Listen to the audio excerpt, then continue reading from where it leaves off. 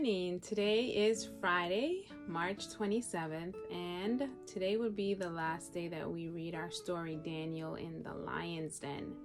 By now, you should know your memory verse by heart, Psalm 56, verse 11. So I want you to say your memory verse to someone in your family.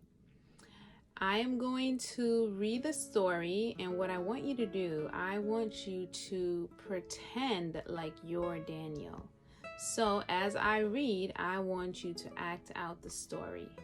Pretend to do the things that I say that Daniel is doing. And maybe if you have a brother or a sister, you can get them to play the part of the other characters in the story. So I'm going to give you a few moments to get all of your family that you need to help you act out the story. And now we will begin our story. Daniel in the Lion's Den. Daniel had lived in Babylon for nearly 70 years. Although he was getting to be older, Daniel was still a wise and hard worker. God had helped him make many good choices. Now there was a new king. King Darius trusted Daniel and continued to use Daniel as his special helper. King Darius planned to put Daniel in charge of many projects in his kingdom. But some who worked for King Darius did not like Daniel because King Darius had made Daniel his most special helper. These men wanted to get rid of Daniel. These jealous men just did not know how to get rid of Daniel because he never did anything wrong. One day, these jealous men thought of a plan. They knew Daniel prayed to God every day, so they said, "Let us trick King Darius into making a law that will hurt Daniel." These men rushed to King Darius and told him that it would be a good idea if everybody prayed to him and to no other god for 30 days. Anyone who disobeyed that law should be thrown into the lion's den. "I like that law," King Darius said. So he made that a new law. For 30 days, everyone must pray only to him. The jealous men knew that Daniel prayed to God every day. They also knew that Daniel prayed by an open window every day too. Now that there was a new law, what would Daniel do? Would he still do the right thing and pray to God? Or would he choose to pray to King Darius? When Daniel heard about the king's new law, he kept praying to God. Early the next morning, Daniel opened his window and prayed to God just like he did every day. At noon and again in the evening, Daniel opened his window and prayed to God just like he did every day. The jealous men watched Daniel all day and then rushed back to the king to tell King Darius that Daniel had been disobeying the new law. Then the king learned that these men had tricked him. The king was very sad and very upset that he had been tricked into making this new law. The king spent all day trying to think of a way to save Daniel. But King Darius knew that once the law had been written, even he could not change it.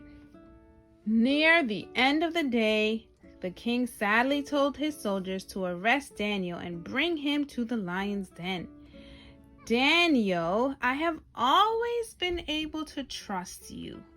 I wish there was something I could do to save you," the king explained, "but there isn't. May the God you worship rescue you."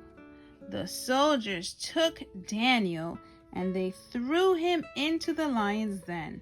Then they covered the opening of the den with a big stone, and the king went back to his palace.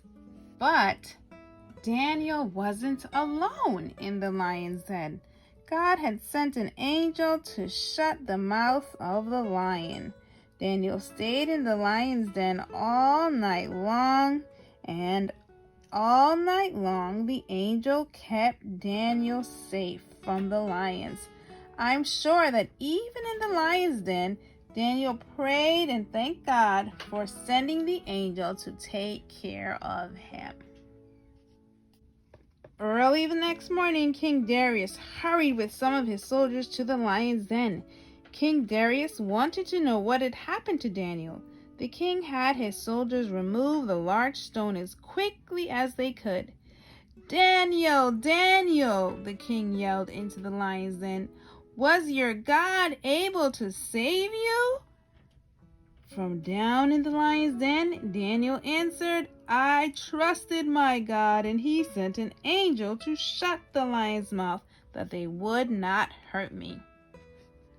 King Darius was so happy to hear Daniel's voice. He told the soldiers to pull Daniel out of the lion's den immediately. The lions hadn't even scratched Daniel's clothes. King Darius sent out a letter to everyone in his kingdom.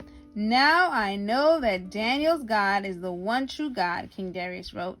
"His God is the only mighty and living God. Daniel's God saved him from the powerful lions. Everyone should worship the true God." Daniel trusted God to care for him, and God sent an angel to shut the lion's mouth. We can choose to trust God too.